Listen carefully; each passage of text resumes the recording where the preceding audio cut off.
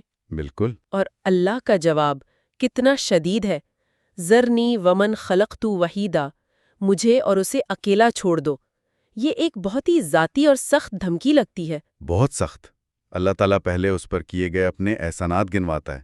میں نے اسے اکیلا پیدا کیا تھا، اس کے پاس کچھ بھی نہیں تھا، پھر میں نے اسے بے شمار مال دیا، بیٹے دیے، ہر سہولت دی، لیکن اس نے ان نعمتوں کا شکر ادا کرنے کے بجائے میری آیات سے دشمنی کی، اور اس کے منصوبے پر اللہ کا غضب دیکھیں کیسے نازل ہوتا ہے۔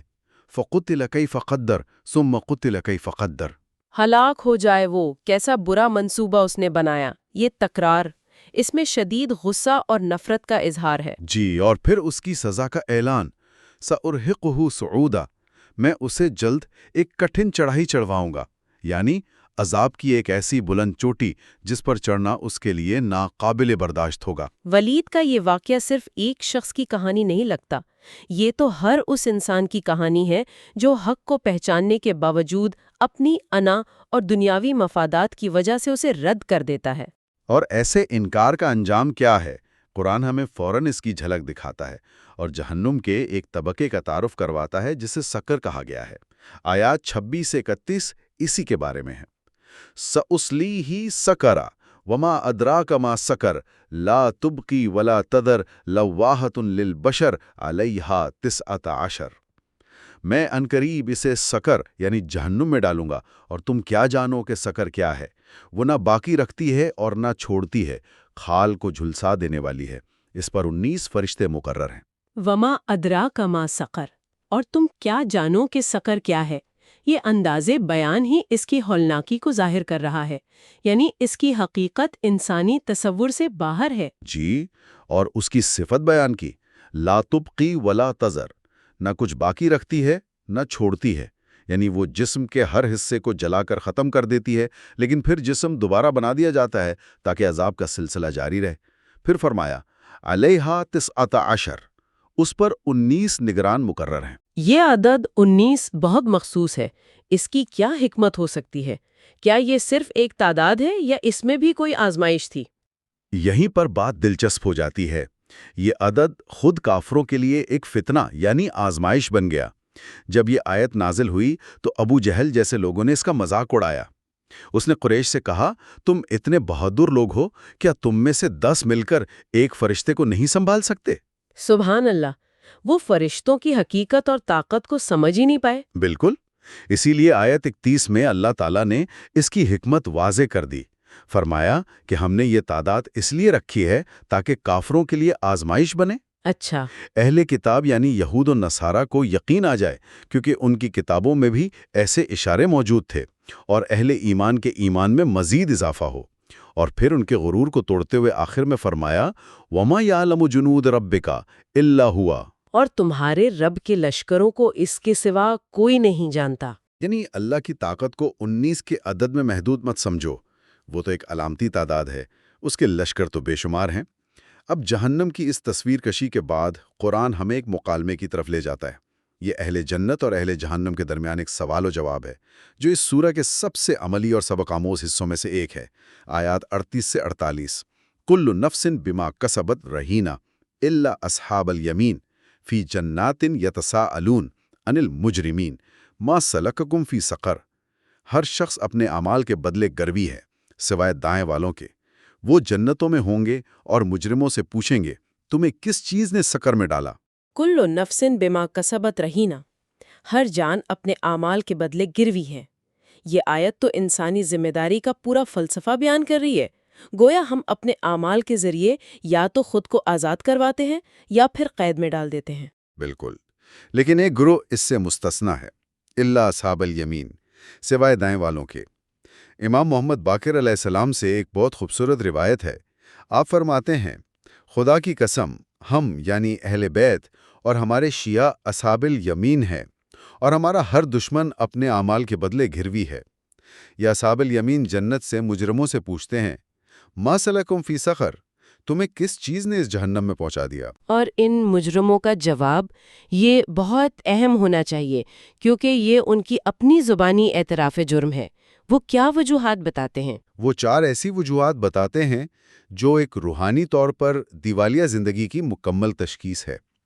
پہلا اعتراف، قالوا لم نکو من المصلین، انہوں نے کہا ہم نماز پڑھنے والوں میں سے نہیں تھے۔ اچھا، تو سب سے پہلی چیز خالق کے ساتھ تعلق کا ٹوٹنا ہے۔ نماز جو خدا سے رابطے کا بنیادی ذریعہ ہے، ان کی زندگی میں تھی ہی نہیں۔ جی، یہ عمودی تعلق کا ٹوٹنا تھا۔ اور دوسرا اعتراف افقی تعلق کے ٹوٹنے کو ظاہر کرتا ہے، اولم نکو نطعم المسکین، اور ہم مسکینوں کو کھانا نہیں کھلاتے تھے۔ یعنی مخلوق کے حقوق، معاشرے کے کمزور طبقے سے بے حسی اور لا تعلقی۔ یعنی نہ خدا کا حق ادا کیا نہ بندوں کا، یہ 2 بنیادی ستون گرا دیے۔ اور تیسرا اعتراف ان کی فکری اور سماجی گمراہی کو ظاہر کرتا ہے، وَكُنَّا نَخُوضُ مَعَ الْخَائِضِينَ، اور ہم بیہودہ کاموں میں پڑے رہنے والوں کے ساتھ مل کر بیہودگی میں پڑے رہتے تھے۔ یعنی بری صحبت، باطل نظریات کی پیروی اور اپنی زندگی کو لایانی اور فضول مشاغل میں ضائع کرنا۔ جس ماحول میں وہ رہتے تھے اسی کا رنگ انہوں نے قبول کر لیا۔ اور چوتھا اعتراف، مجھے لگتا ہے وہ ان تمام برائیوں کی جڑ کو بیان کرتا ہے۔ بالکل، وہ کہتے ہیں وَكُنَّا نُكَذِّبُ بِيَوْمِ الدِّينِ، اور ہم روز جزا کو جھٹلاتے تھے۔ یہی وہ بنیادی انکار تھا جس نے انہیں ہر برائی پر دلیر کر دیا۔ جب احتساب اور جواب دہی کا کوئی خوف ہی نہ ہو تو پھر نہ نماز کی اہمیت رہتی ہے، نہ غریبوں کے حقوق کی، اور نہ ہی اچھے برے کی تمیز کی۔ جی۔ اور وہ کہتے ہیں کہ ہم اسی حالت میں رہے حتی اتانا الیقین، یہاں تک کہ ہمیں موت آ گئی۔ تب آنکھیں کھلیں لیکن وقت ختم ہو چکا تھا۔ اسی لیے آگے فرمایا کہ اب انہیں سفارش کرنے والوں کی سفارش بھی کوئی فائدہ نہیں دے گی۔ اس واضح انجام کے بعد سورہ کے آخری حصے میں اللہ تعالیٰ ان لوگوں کی نفسیات کا دوبارہ تجزیہ کرتا ہے جو حق سے منہ موڑتے ہیں۔ آیات 49 سے 56، فَمَا لَهُمْ عَنِ التَّذْكِرَةِ مُعْرِضِينَ كَأَنَّهُمْ حُمُرٌ مُسْتَنفِرَةٌ فَرَّتْ مِنْ قَسْوَرَةٍ، تو انہیں کیا ہو گیا ہے کہ وہ نصیحت سے منہ موڑ رہے ہیں، گویا وہ بتکی ہوئے گدھے ہیں جو شیر سے بھاگے ہوں۔ یہ تشبیہ تو بہت طاقتور ہے، بتکے ہوئے گدھے جو شیر سے بھاگ رہے ہوں۔ یہ کوئی پرسکون اختلاف رائے نہیں ہے، یہ تو حق کے نام سے ایک وحشت اور ایک بھگدڑ کی کیفیت ہے۔ وہ نصیحت کو ایک خطرہ سمجھ رہے ہیں۔ جی، وہ اسے اپنی بقا کے لیے خطرہ سمجھتے ہیں۔ ان کے انکار کی اصل وجہ دلیل کی کمی نہیں بلکہ تکبر ہے۔ قرآن کہتا ہے بل یرید کل امرئ منہم ان یؤتی صحفا منشرہ، بلکہ ان میں سے ہر کوئی یہ چاہتا ہے کہ اسے الگ سے کھلی کتابیں آسمان سے دی جائیں۔ بالکل۔ یہ تو وہی تکبر ہے جو ہم نے ولید بن مغیرہ میں دیکھا تھا، بس اس کا اظہار مختلف ہے۔ وہ خود کو حق کا معیار سمجھتا تھا، اور یہ لوگ چاہتے ہیں کہ خدا ان میں سے ہر ایک سے براہ راست بات کرے، گویا کائنات کا مرکز وہی ہے۔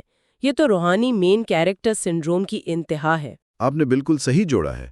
اصل مسئلہ یہ ہے کہ بل لا یخافون الآخرہ، بلکہ وہ آخرت سے ڈرتے ہی نہیں۔ جب آخرت کا خوف نہ ہو تو انسان ایسی ہی غیر منطقی اور متکبرانہ خواہشات کرتا ہے۔ تو پھر ایسے میں ہدایت کا دروازہ کیسے کھلتا ہے؟ اگر انسان خود ہی بھاگ رہا ہو تو اسے نصیحت کیسے کی جائے؟ قرآن اس کا جواب بھی دیتا ہے، اور اس میں انسان کے اختیار اور اللہ کی مشیت دونوں کا ذکر ہے۔ پہلے انسان کے اختیار کی بات کی، کلا انہ تذکرہ فمن شاء ذکرہ۔ ہرگز نہیں، یہ قرآن تو ایک نصیحت ہے، بس جو چاہے اس سے نصیحت حاصل کرے۔ یہاں صاف کہہ دیا کہ راستہ کھلا ہے، انتخاب تمہارا ہے۔ لیکن اگلی ہی آیت میں فرمایا وَمَا يَذْكُرُونَ إِلَّا أَن يَشَاءَ اللَّهُ، اور وہ نصیحت حاصل نہیں کر سکتے مگر یہ کہ اللہ چاہے۔ بظاہر ان دونوں آیات میں تضاد لگتا ہے۔ بظاہر لگتا ہے لیکن ہے نہیں۔ اس کا مطلب یہ نہیں کہ اللہ زبردستی کسی کو ہدایت دیتا ہے یا کسی کو گمراہ کرتا ہے۔ اس کا مطلب یہ ہے کہ نصیحت قبول کرنے کی توفیق، اس کے اسباب کی فراہمی اور اس پر قائم رہنے کی ہمت اللہ کی طرف سے ملتی ہے۔ لیکن اللہ یہ توفیق دیتا اسی کو ہے جو خود اس کی خواہش کرتا ہے، اس کی طرف قدم بڑھاتا ہے۔ اللہ کی مشیت یہی ہے کہ جو ہدایت کا سچا طلبگار ہو اسے ہدایت دی جائے، جو تکبر کی وجہ سے بھاگنا چاہے اسے اس کے حال پر چھوڑ دیا جائے۔ اور سورہ کا اختتام بہت ہی خوبصورت ہے، اللہ کی دو صفات پر۔ جی، سورہ کا خاتمہ اس آیت پر ہوتا ہے ہوا اہل التقوی و اہل المغفرہ۔ وہی ذات ہے جس سے ڈرا جائے اور وہی بخشنے کا اہل ہے۔ بالکل۔ یہ تو پوری سورہ کا خلاصہ ہے۔ ایک طرف سقر کا شدید عذاب اور ولید بن مغیرہ کا انجام ہے جو تقوی کا تقاضا کرتا ہے، اور دوسری طرف اللہ کی بخشش کا دروازہ بھی کھلا ہے۔ بالکل۔ سورہ مدثر ایک پکار سے شروع ہوئی تھی، اٹھو، اور اب وہ ہمیں دو راستے دکھا کر ختم ہو رہی ہے۔ ایک راستہ تقوی کا ہے جو اللہ کی عظمت کے احساس اور اس کی نافرمانی کے خوف سے پیدا ہوتا ہے۔ دوسرا راستہ مغفرت کا ہے جو اس کی رحمت پر امید سے پیدا ہوتا ہے۔